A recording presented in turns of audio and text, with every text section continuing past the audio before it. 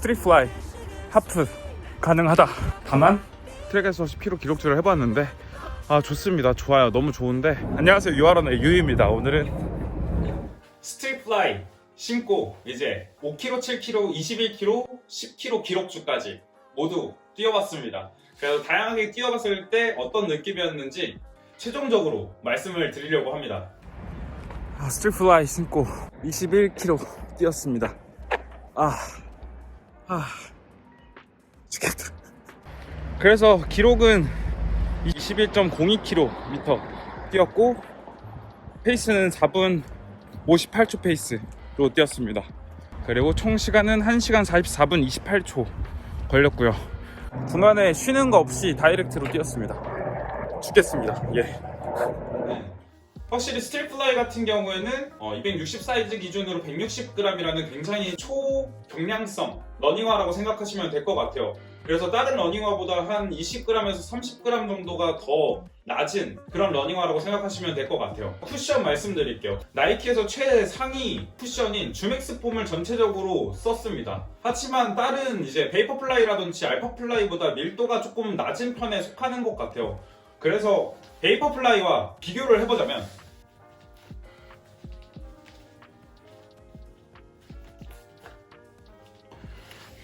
확실히 베이퍼플라이는 조금 쿠션이 딱딱하다고 느껴질 정도로 이제 고밀도 폼이라고 생각하시면 될 것 같고, 스트릿 플라이는 확실히 쿠션이 조금 더 말랑말랑하다고 생각하시면 될 것 같아요. 그리고 터보2를 변형시킨 터보 실드라는 제품입니다. 얘는 터보2 폼이라고 생각하시면 될 것 같아요. 근데 비교를 해보자면 쿠션이 확실히 얘도 똑같이 이런 느낌입니다.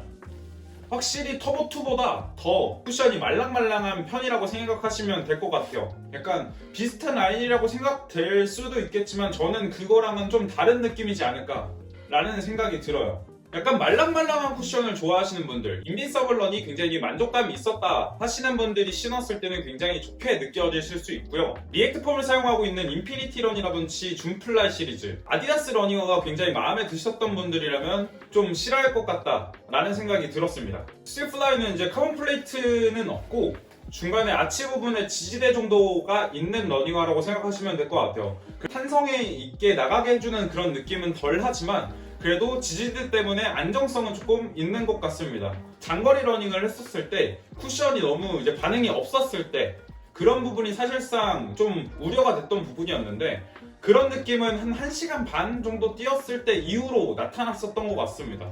그때부터는 제 다리가 문제일 수도 있는 거고, 개인적으로 생각했을 때는 1시간 반까지는 좀 안 뛰는 게 좋지 않을까라는 생각이 들었어요. 그래도 안정성 면에서는 중간에 지지대가 있기 때문에 생각보다는 괜찮았었다고 느껴졌습니다. 제가 전 영상에 댓글에다가 과체중이신 분들, 과회전하시는 분들, 그리고 평발이신 분들은 이 신발을 구매하시는 걸 보류해달라고 말씀을 드렸던 이유가, 제가 자료를 찾아보다가 나이키 자료가 한 게 있었는데 그 자료에서 85kg 이상 과회전하시는 분들, 그리고 평발이신 분들, 경량성이 있는 신발을 신었을 때 더 다칠 수 있는 위험도가 높다고 나와 있더라고요. 하지만 제가 생각했을 때는 그런 신발은 굉장히 플랫하고 딱딱한 쿠션을 갖고 있는 이런 친구들을 신었을 때 다칠 수 있다고 얘기를 하는 것 같은 느낌이었습니다. 그래서 사실상 이 친구는 폼 자체도 좀 두꺼운 편에 속하는 편이고 지지대가 있는 편이어서 과체중이신 분들이나 회전하시는 분들도 러닝을 오래 하셨거나 자세가 잘 잡혀있다고 생각하시는 분들이 신으면 괜찮을 것 같다라는 생각을 했어요. 그리고 내구성 말씀드리겠습니다. 사실상 주맥스 폼으로 되어 있지만 밀도가 낮은 편에 속하는 그런 러닝하다 보니까 하루 이틀 좀 장거리를 만약에 뛰셨다면은 하루 이틀 정도는 이 신발을 신지 않는 거를 추천해 드릴게요.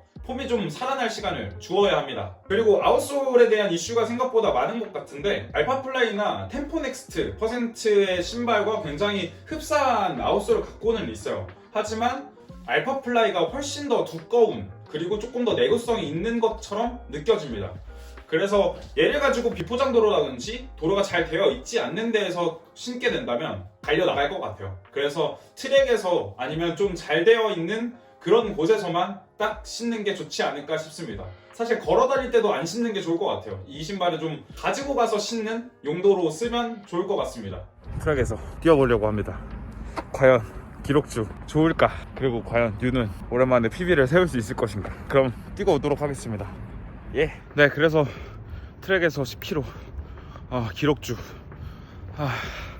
뛰고 왔습니다. 와, 기록은 41분 9초.5. 아쉽게도 PB는 세우지 못했습니다.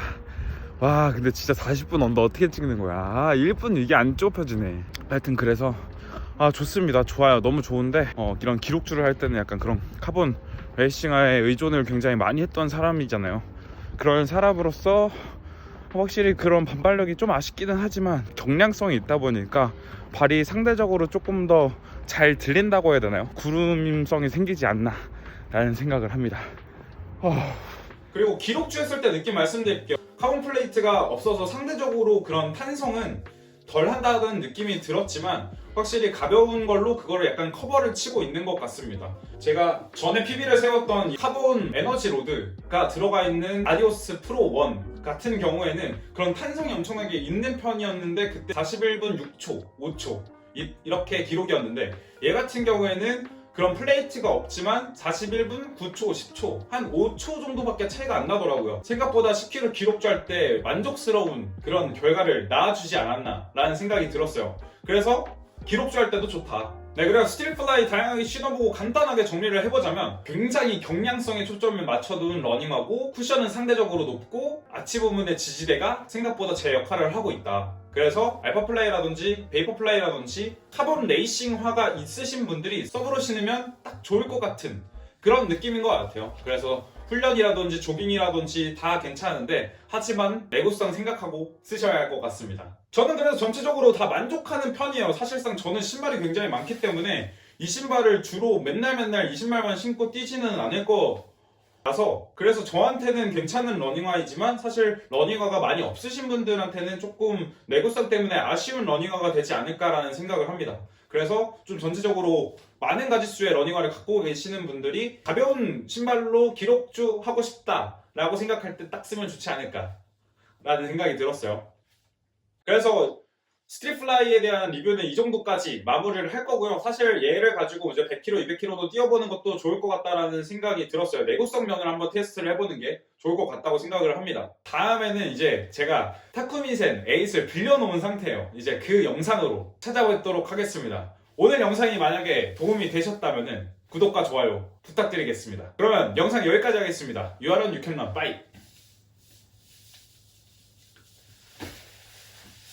그래서 신발 한 요렇게 있으면 적당하지 않나 라는 생각을 합니다.